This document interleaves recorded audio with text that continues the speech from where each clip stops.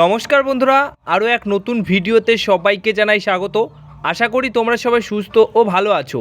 তো এই ভিডিওতে দুটি ট্রান্সফার আপডেট শেয়ার করা রয়েছে মোহনবাগান দলকে নিয়ে। প্রথম যে খবরটা শেয়ার করব, হেক্টর ইউস্টে।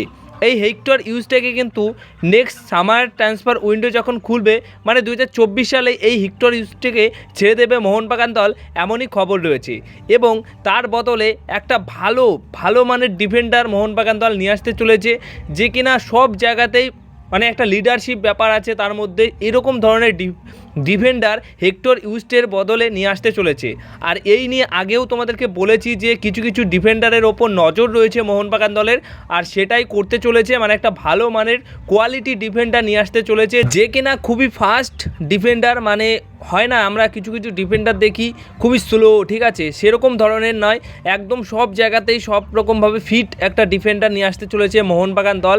এখনও অবধি কোনো রকম নাম জানা যায়নি যে কে আসতে পারে, কিন্তু সামার ট্রান্সফার উইন্ডোতেই হেক্টর ইউস্টের পরিবর্তন হতে চলেছে। এছাড়া আরও একটা টুইস্ট ট্রান্সফার আপডেট রয়েছে।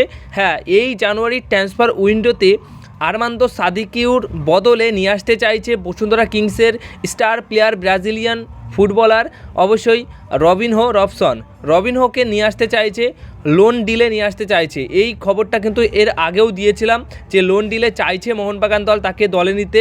এবং আজকের দিনে দাঁড়িয়ে বর্তমান পত্রিকায় এই বিষয়টা নিয়ে আরও কনফার্ম তারা জানিয়েছে যে সত্যি মোহনবাগান দল আরমান্দো সাদিকির বদলে এই প্লেয়ারটিকে মনে প্রাণে চাইছে এবং কথাবার্তা বলছে।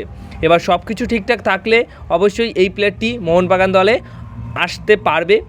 তো সেটা কিন্তু সময় বলে দেবে যে মোহনবাগান দলে তিনি আসছেন কি আসছেন না।